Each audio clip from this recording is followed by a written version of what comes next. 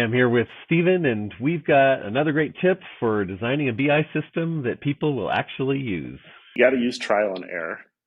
You got to start out, you got to try to find some metrics that you think will work, and you got to get people using it.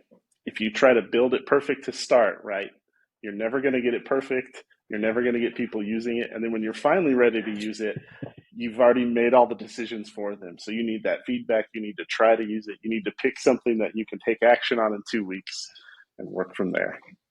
So don't use 20, 30 KPIs right out of the bat. I mean, and a year down the road, you still don't have your BI system in place, or nobody's using it because it's got all this stuff on it. And Yep, yeah, pick a couple and make sure that they're useful for you. Maybe don't iterate too quickly, but give people some time to actually try to use them for a couple of months and then provide feedback. One thing we see a lot is people get really excited when they start seeing dashboards and they're like, "Man, I really need to see this, and this."